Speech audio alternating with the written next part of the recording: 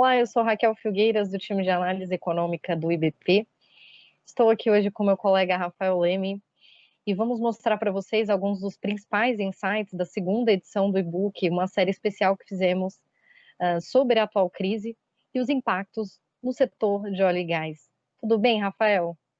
Tudo bom, Raquel? Um prazer poder falar com os nossos associados, com o nosso público geral e compartilhar com vocês, né, uma apresentação dos principais insights que a gente trouxe, as análises que a gente faz na área de análise econômica sobre os impactos da Covid-19 no mercado de petróleo, né? A versão completa desse book está disponível para os associados, então quem quiser conferir, eu acho que tem muitas análises legais lá. A gente vai trazer aqui um pouco do principal que a gente destacou, a começar pelos parâmetros que a gente acompanha, né? Quais são os maiores direcionadores dessa crise para o setor?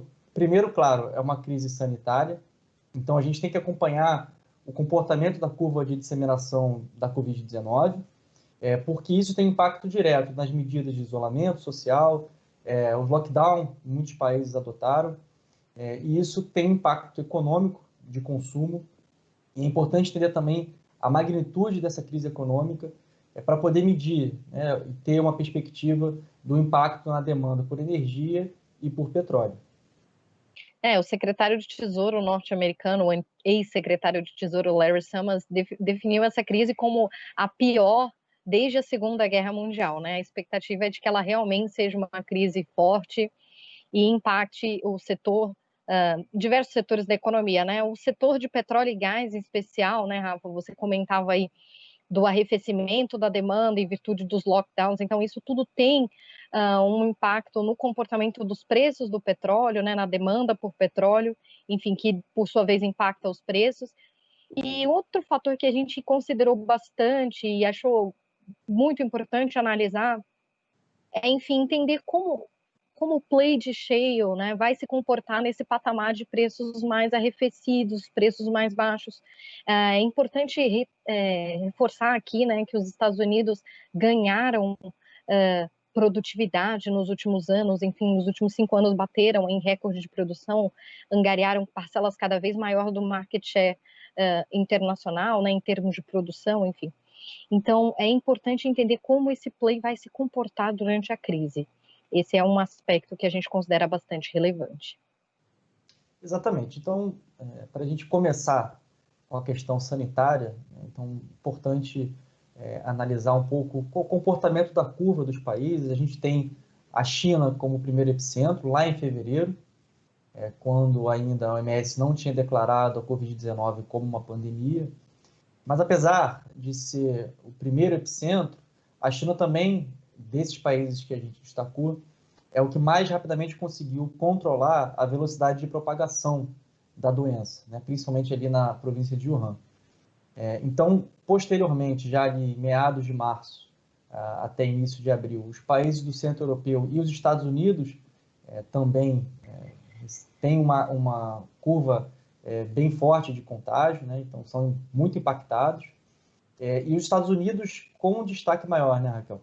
Exatamente. É interessante notar, né, que os Estados Unidos, a gente pode traçar alguns paralelos aí com o Brasil, no sentido de ser um país de dimensões grandes, né, enfim, com entes federados, né, estados federados, que têm, enfim, políticas distintas para contenção da Covid, né? Então, essas políticas diferem. É interessante notar como esse Covid vai se comportar no mercado americano, porque a gente consegue, a partir daí, traçar alguns paralelos para o Brasil, né?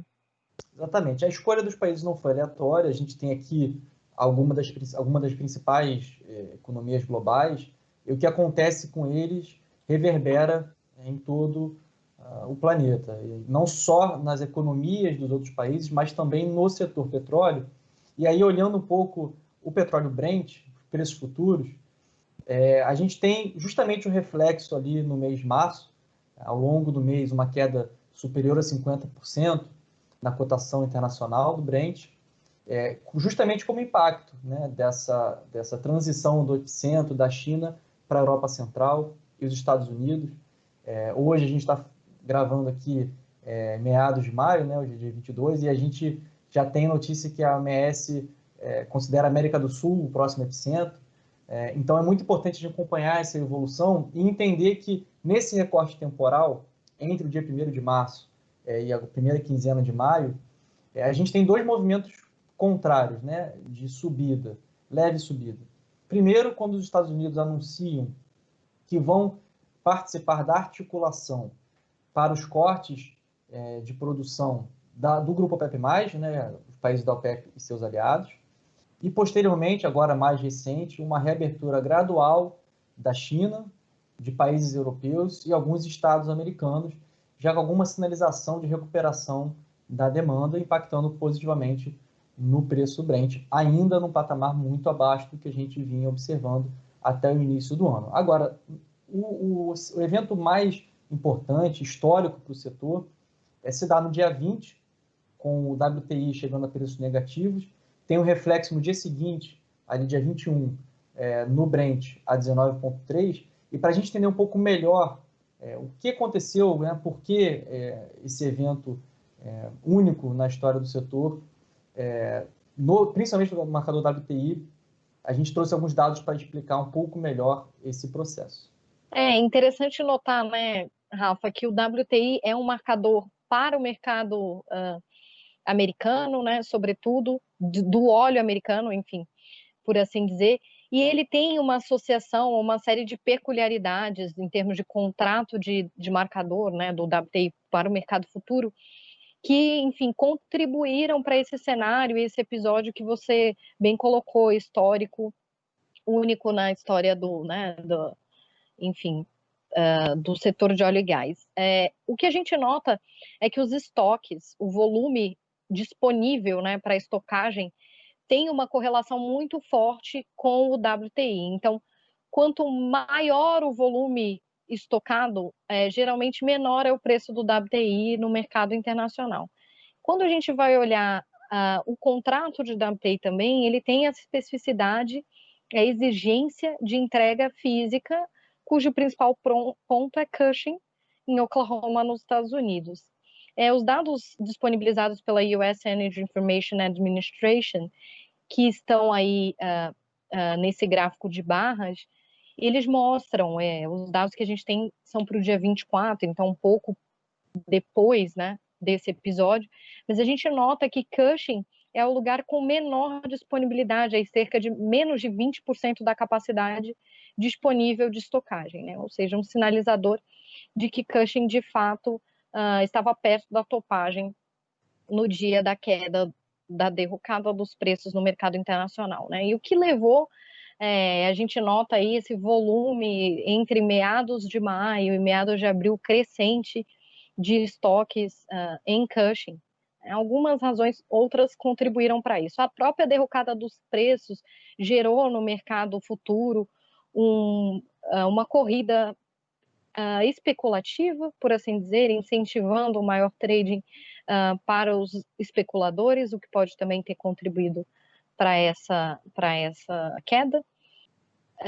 Tem uma peculiaridade de se exigir que a produção desses locais seja profitable, né, ou tenha lucro. Então, com a derrocada dos preços e os produtores percebendo que eles estão perdendo em preço, talvez tentaram, enfim, angariar um pouco mais de produção, conseguir produzir um pouco mais de quantidade e volume de óleo para tentar compensar esse efeito de alguma forma. E a gente nota muito claramente que este foi um episódio muito típico do marcador WTI, apesar de ter colocado, né, ou ter tido um impacto no marcador Brent também, mas a gente nota o crescimento desse spread, sobretudo aí nos dias que antecedem o dia 20, enfim. Exatamente, foi muito bom destacar isso, Raquel, porque a gente circulou ali de propósito esse V que a curva verde, que é a do WTI, faz, porque tem uma particularidade aqui, que é o vencimento do contrato, ou seja, o dia 20 era o último prazo, era o prazo final para a negociação dos contratos com entrega física no mês seguinte, ou seja, em maio. A partir do dia 21, só são negociados os contratos com vencimento em junho, né? Porque aqui a gente está falando do preço futuro. Então, do dia 20 para o dia 21, a gente tem o lado direito do V, né, como se fosse um crescimento acelerado do preço da WTI, que na verdade tem muito esse impacto da mudança do prazo, né, prazo de entrega física desses contratos. Mas reparem que mesmo assim, no dia 21, o patamar de preços ali é inferior ao que a gente observou desde o início de março, que já era um nível baixo. O que é interessante notar é que, diante desse cenário de arrefecimento da demanda, e como a gente colocou lá no começo da nossa interação aqui, os Estados Unidos, a própria Agência Internacional de Energia, diversos entes se uniram e tentaram negociar, enfim, pressionar a OPEP e seus aliados para um acordo ainda para o segundo trimestre, né? E, bom, esse primeiro acordo vem com uma retirada de cerca de 10 milhões de barris dia, considerando a OPEP e seus aliados, e mais 4 milhões de barris dia de retirada voluntária, por assim dizer, dos membros de alguns países, membros do G20, dentre eles Estados Unidos e Canadá, aí contribuindo com parcela relevante, substancial dessas retiradas, e também o Brasil. Bom, essas retiradas que a gente chama voluntárias, na verdade, nada mais são do que resultado da baixa economicidade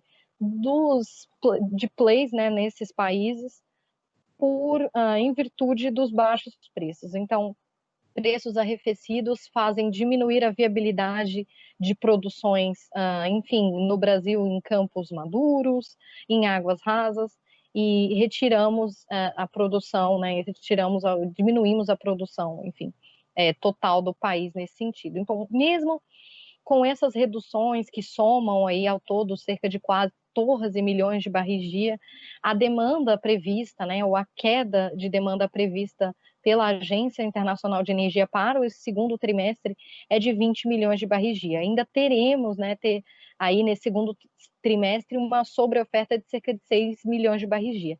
Lembrando aqui que estamos falando especificamente, né, com muito mais ênfase, dos meses de março e abril. O mês de maio já mostra uma melhoria do volume das capacidades disponíveis de estoque no mundo, um tanto quanto uma melhoria uma recuperação dessa demanda, né?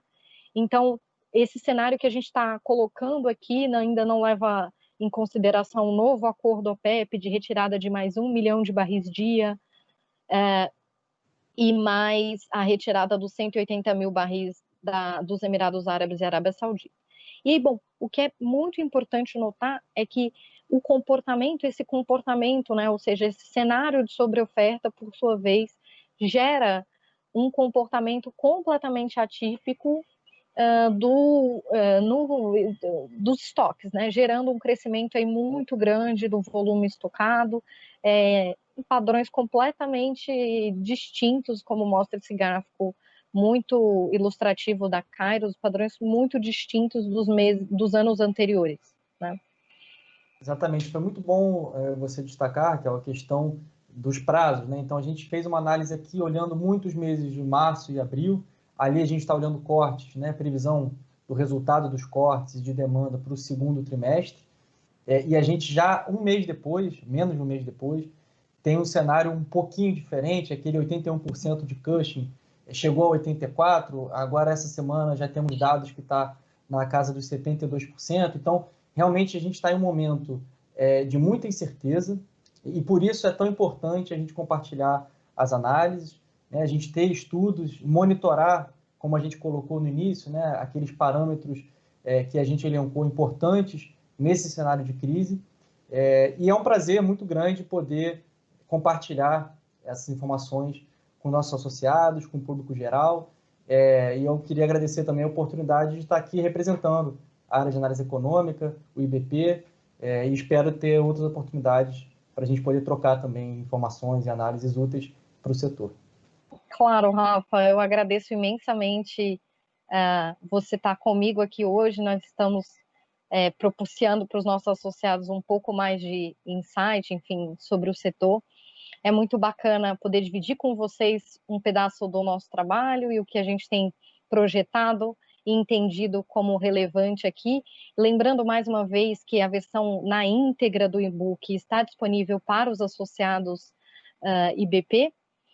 Eu peço que, para ficarem conectados e continuarem acompanhando outras análises, sigam o IBP nas redes sociais, no LinkedIn, no Twitter, enfim, no Instagram.